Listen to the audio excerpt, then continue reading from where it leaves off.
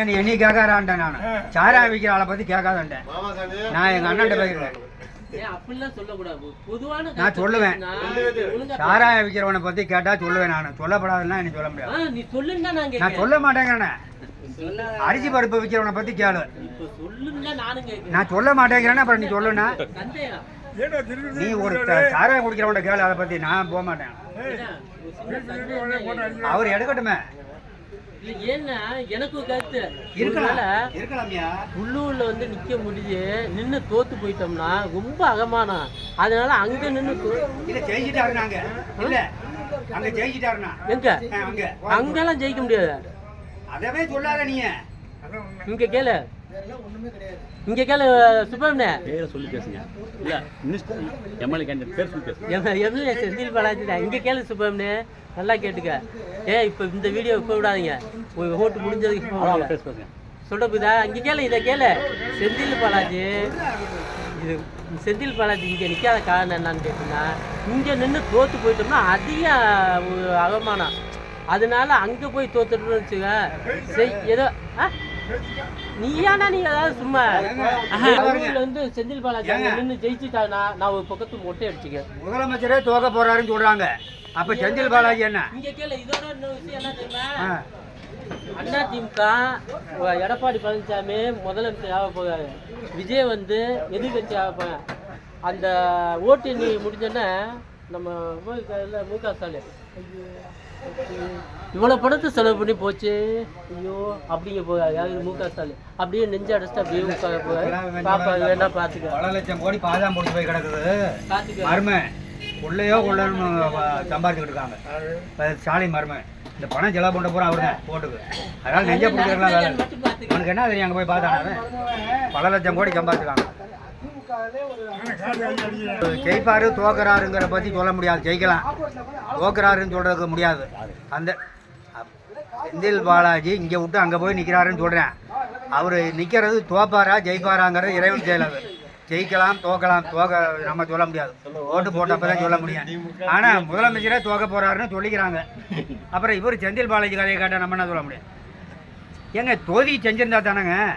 எங்கள் தொகுதிக்கெல்லாம் ஜனங்களுக்கு ஒரு பைப் போட்டு கொடுக்கல, ஒரு பாத்ரூம் வெளியில இருந்து வரவங்களுக்கு ஒரு பாத்ரூம் கூட கட்டி கொடுக்கல. வர்ற பொம்பளைங்க பஸ்ஸில் ஏறுறாங்க போகிறாங்க, செவத்துல ஒன்று கட்டி போகிறாங்க. ஏன்னா இந்த திமுக காரங்க ஒரு பாத்ரூம் இல்லை, இலவசமாக பல கோடி ரூபா வருமானம் வருது தோமலை பஞ்சாயத்தில். ஒரு குடிக்க தண்ணி இல்லை பச்சானில், ஒரு பாத்ரூம் இல்லை வெளியில் வந்து பஸ்ஸிலேருந்து வர்றவங்களுக்கு குடிக்க தண்ணி இல்லை பச்சானில், ஒன்றும் செஞ்சு கொடுக்கல. அதான் சொல்கிறேன். அது ஜெயிப்பாருன்னா எப்படி செந்தில் பாலாஜி எப்படி கோயம்புத்தூருக்கு அவர் என்ன செஞ்சிருக்க போகிறாரு? இந்த கரூருக்கு செஞ்சிருக்காரு. கோயம்புத்தூர் 5 வருஷமாக அவர் என்ன செஞ்சாருன்னு பார்ப்பாங்க ஜனங்க. அதுக்கப்புறம் தான் ஓட்டு போடுவாங்க. ஜெயிக்கிறதா தோக்குறாங்கிறத நம்ம சொல்ல முடியாது. அந்த தொகுதிக்கு 5 வருஷமாக அவர் என்ன பண்ணாருன்னு கேட்பாங்க. அப்போல்லாம் ஓட்டு போடுவாங்க.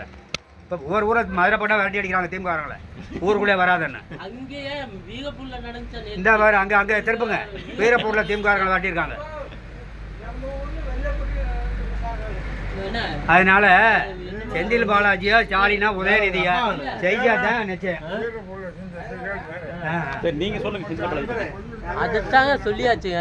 இந்த மீண்டும் வந்து சொல்லணும்னா பல எப்படி எலெக்ஷன் முடியட்டும் அதுக்கப்புறம் என்ன சொல்லலாம். அவ்வளோதான். கோயம்புத்தூர்லாம் ஜெயிக்க முடியாது, வாய்ப்பு இல்லைங்கன்னா நீங்க செந்தில் பாலாஜி கண்டிப்பா கரூர்ல உள்ள செந்தில் பாலாஜி கோயம்புத்தூர்ல நிக்காது. ஆனா ஜெயிக்கிறதுக்கு வாய்ப்பு இல்லை, வாய்ப்பு கிடையாது. ஏன்னா நான்லாம் அங்க எத்தனை தடவை போயிருக்கேன். அவர் செந்தில் பாலாஜியாவது எம்எல்ஏ ஆகி தான் போயிருப்பாங்க. நான் அதுக்கு முன்னாடியே போயிட்டு வந்துடுவேன். எந்த அடிப்படைன்னா அவர் செய்யணும்ல. 4 பேருக்கு விடுதலா செஞ்சா எப்படி வர முடியாது? வாய்ப்பு இல்லை, வாய்ப்பு இல்லைங்க. இதே வெட்டலிலே இருந்தாக்குள்ள வந்திருந்தாங்கன்னா ஏதோ செய்வாங்கன்னு நினைக்கலாம்.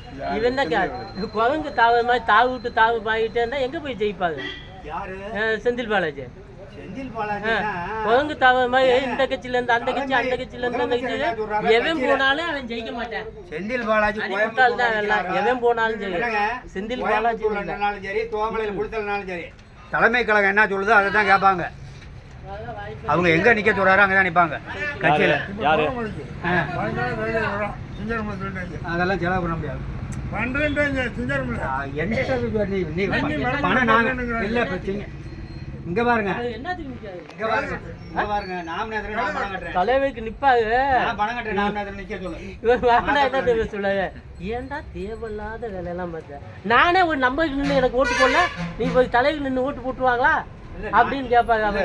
அவர் நம்பருக்கு நின்றாவே தோத்து போயிட்டாங்க. நிக்க சொல்லுங்க. அதான் வெற்றி பெறுவாரானா அந்த 5 வருஷம் அவர் கோயம்புத்தூருக்கு என்ன செஞ்சிருக்காரு அப்படின்னு மக்கள் கேட்பாங்க.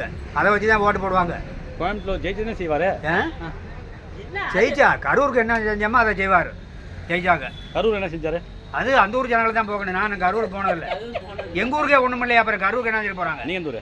நான் தோமலை குளித்தலை தொகுதி. நீ கேட்குற சொல்ல முடியாதுப்பா. நீ செல்லை பிடிச்சிட்டு வந்து உட்கார சொல்கிறேன். நீ கடைக்குள்ள உட்காந்துக்கிட்டு கேட்டேன்னாக்க எங்கள் ஊரில் குடிக்க தண்ணி இல்லை. 5 வருஷமாக திமுக ஆட்சியில் இருந்துச்சு. குடிக்க ஒரு தண்ணி போட்டு கொடுக்கல. பாத்ரூமுக்கு ஒரு லெட்டின் இல்லை. இங்கே வேறு 1500 ஜனங்க கோயிலுக்கு பின்னாடி வெளியே போகிறாங்க. ஒரு பாத்ரூம் கட்டி கொடுக்க சொல்கிறதுக்கு இது வரலையும் கட்சியில் ஆள் இல்லை. ஆனால் எங்கள் ஊரில் திமுக கட்சிக்காரங்களாம் பெரிய துண்டா போட்டுக்கிட்டு பணம் கொடுக்க வந்துடுவாங்க ஓட்டுக்கு. ஆனால் ஜனங்களுக்கு ஒன்றும் செய்ய மாட்டாங்க.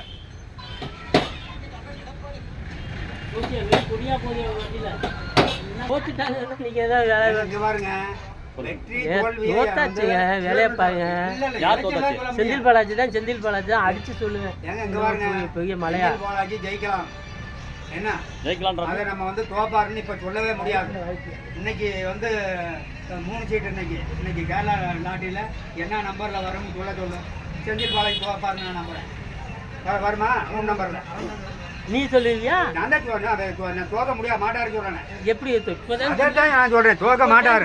திமுகவே தோத்து போயிருந்தா ஐயா ஓட்டு போட்டா தான் சொல்ல முடியும். தோத்து போயிரும்னா சுமாரா தான் சொல்லலாம். ஓட்டு முடிஞ்ச உடனே அவங்களே சொல்லிடுவாங்க தோத்துட்டாரு. ஜெயிப்பாரு, ஜெயிச்சிட்டாருன்னு சொல்லப்படாது, ஜெயிப்பாரு. ஓட்டு போடணும்ல அந்த ஜனங்க போட்டா ஜெயிப்பாங்க. அது எலெக்ஷன் கமிஷன் சொல்லிடுறான். அப்ப முக ஸ்டாலின் உட்கார முடியாதுங்க இந்த தடவை. ஏங்க ஒரு லெட்டின் கூட கட்டி கொடுக்கலாங்கன்னு அப்புறம் திருப்பி பேசி கிடக்கிறா நீ. அவர் செந்தில் பாலாஜி ஜெயிப்பாருன்னா அவர் கரூர்ல எல்லாம் செஞ்சிருக்காரு, ஜெயிப்பாரு. எங்க ஊர்ல ஒரு பாத்ரூம் கூட இல்லை, குடிக்க பச்சை தண்ணி இல்லை.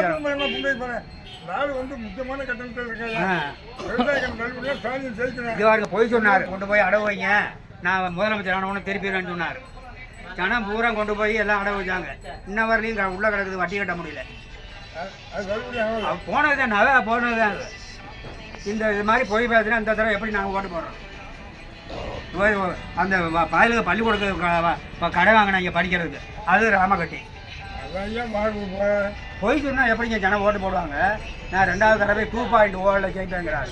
இங்கே நகையை அடகு வச்சதை மூட்டு கொடுக்க சொல்லுங்கள். 500 ரூபாய்க்கு கேஸு தர்றேன்னாரு. ஒன்றும் இல்லை கேஸு. நாங்கள் இப்போ 1700 தர்றேன், கேஸ் இல்லை அங்கே. இப்படி போய் பேசுனா எப்படி ஜனங்க ஓட்டு போடுவாங்க?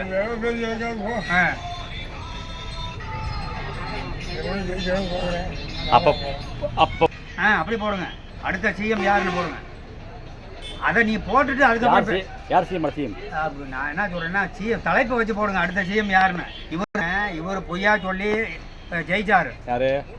ஸ்டாலின். என்ன 500 ரூபாய் கேஸ் தரேன், பெட்ரோல் தரேன், ஓசில வீட்டுக்கு ஒருத்தருக்கு வேலை தரேன் அப்படின்னு ஜெயிச்சாரு. என்ன இப்போ அவர் தோத்து போயிடுவாருன்னா அடுத்த முதலமைச்சர் யாருனாலும் ஜனங்க முடிவு பண்ணுவாங்க.